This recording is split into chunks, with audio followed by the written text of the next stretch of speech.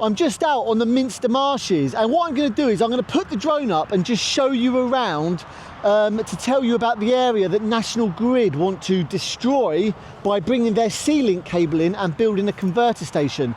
I'm out here today because they're carrying out surveys on the marsh, and they are absolutely trashing the place. As you can imagine, it's really wet out there as well. So right, let's put the drone up and I'll talk you through it. So this is out on the Minster Marshes. We have got another really wet winter, and the place is so low lying, it's absolutely flooded. Look, those guys there, they're the guys doing the survey at the moment in the middle of the field over there. You can see how muddy it is, and I'm going to be getting a lot closer to get a bit of a better look. So centre of the screen now is where they want to build Europe's largest converter station. 100 Dover castles is the best way we can describe it to people around here. And they want to build it there, you see those pylons just ahead over there? They want to connect up to those pylons with around about 13 more pylons. So let's go a little bit higher. So this is a giant project, and as you can see, all this green space is vital marshland. Look how wet it already is, and believe me, that's nothing. It gets a lot wetter than that. It's obviously really important for wildlife. That little area over there in the middle of the screen, that is Weatherly's Hill. That is a SSSI protected area, and they're going to be filling this environment with light pollution, noise pollution, collision from pylon cables, and it won't just be the building itself, it'll be the infrastructure, all the roads and stuff that serve it. And their cables going to be getting trenched right along here. That's why they're in there checking, the soil conditions right now. I'm going to go a bit closer in a minute. And they're getting trenched right along here, and then Heinst Way, this road, they're going to be going under the road in the middle of this, and then out into Pegwell Bay under the golf course. Apparently they're not going to trash the golf course, that's convenient, but they're going to trash everything that counts for wildlife. And they want to bring it through. Right centre there of my screen is the Jet Garage Pool in Cliff's End, and they want to bring the cable right in from the middle of the screen there, right through, and then trenching through the bay. They want to use the hoverport site there in the middle for a compound for driving out on Pegwell Bay, a site of special scientific interest, a special protected area, a Ramsar site, a special area conservation, all the accreditations. And they want to bring the cable right through the middle of that trench under the golf course. And a lot of the words they use are where feasible, so anything goes, because they just get out of it. Yeah, so they'll be causing disturbance at Pegwell Bay and trashing it, releasing many tons of carbon, damaging salt marsh. They've damaged it last time, they'll damage it again.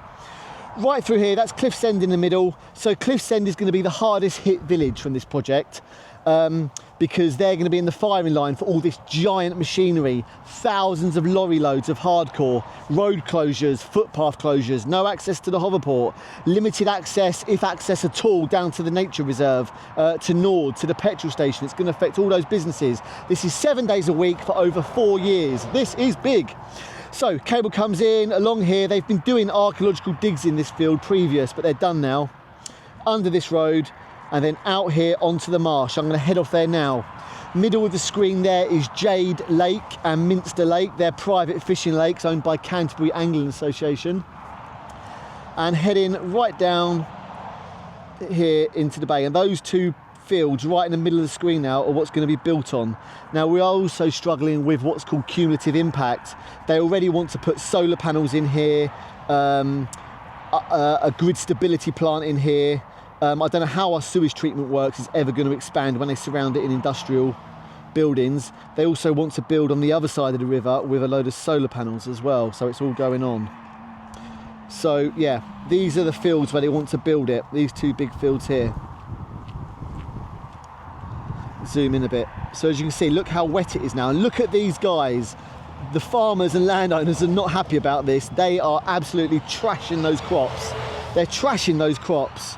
Look at it, unbelievable. And in a minute I'm going to go back and get a bit closer to get some closer images that we can use, because farmers and landowners don't have a choice. This is just, they're allowed, they get permission to go on there because it's a nationally significant infrastructure project. It's such a big thing. Here's their compound, look at the state of that. And this is a public footpath along here. They've been causing havoc driving up and down here. And they've got lots of security and stuff, so they won't like me buzzing about with a drone. Of course, this flight I'm doing is perfectly legal. I've got my eyes on my drone right there, right now. I'm on a public footpath where I'm stood at the moment. You know, this is all good.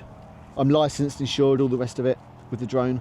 Yeah, so they've been driving down this footpath. 7 score. The little village of 7 score is going to be hard hit too, with all the machinery. So yeah, that's where they want to build it. Down there, massive 100 over castles, unbelievable, over 100 feet high, building the level up by 2 meters over all them acres. So that's a lot of hardcore coming in. And then right round there, Pegwell Bay, where they're landfalling the sea-link cable. So yeah, hope you've enjoyed that little video. A little bit rushed, a lot to talk about, but I wanted to try and tell you in about 5 minutes kind of what's going on and where we're at. It's November 2025 right now, and this is where we're at the moment. So yeah, we've got to stand up to National Grid. This is utter irreversible destruction. It's corporate greed, public loss for private gain. It's horrendous. We of course agree with green energy, but they're rushing into it. They're destroying important habitat at a time when nature simply cannot recover. We can stop them. It's David versus Goliath. The worst case scenario is we're going to lessen the impact. So we've got to fight. Cheers guys, get wild.